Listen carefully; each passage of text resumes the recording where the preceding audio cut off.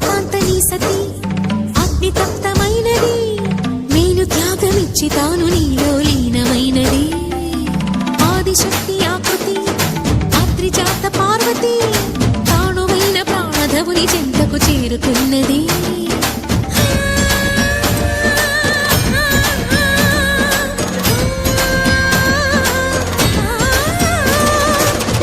భువికి తరలించేలా ధరణి దివిని తలపించేలా